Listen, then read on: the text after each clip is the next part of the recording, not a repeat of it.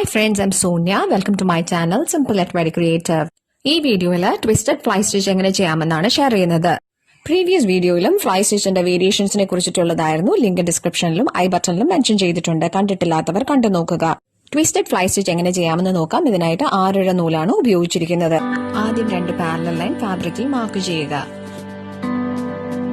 മുകളിലത്തെ ലൈനിൽ നീഡിൽ ഫാബ്രിക്കിലൂടെ എടുത്തിട്ട് കുറച്ച് സ്പേസ് വിട്ട് അതേ ലൈനിൽ നീഡിൽ ഫാബ്രിക്കിലൂടെ താഴോട്ടെടുക്കുക.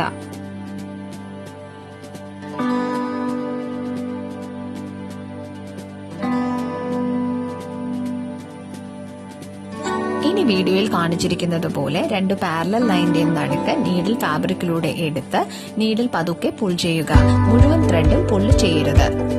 ഇപ്പോൾ ഒരു ചെറിയ ലൂപ്പ് ഫോം ആകും. ഇനി ലൂപ്പിനകത്തേക്ക് മുകളിൽ നിന്ന് നീഡിൽ പാസ് ചെയ്യുക. ഇപ്പോൾ ഒരു ട്വിസ്റ്റഡ് എഫക്റ്റ് കിട്ടും. ഇനി ഒരു സ്ട്രെയിറ്റ് സ്റ്റിച്ച് താഴത്തെ ഡയറക്ഷനിൽ ചെയ്യുക. ഇപ്പോൾ നമ്മുടെ ഒരു സ്റ്റിച്ച് കംപ്ലീറ്റ് ആയി. ഇങ്ങനെയാണ് ട്വിസ്റ്റഡ് ഫ്ലൈ സ്റ്റിച്ച് ചെയ്യുന്നത്. ഇത് ഡിറ്റാച്ച്ഡ് ആയിട്ടും കണ്ടിന്യൂസ് ഫോമിലും ചെയ്യാവുന്നതാണ്.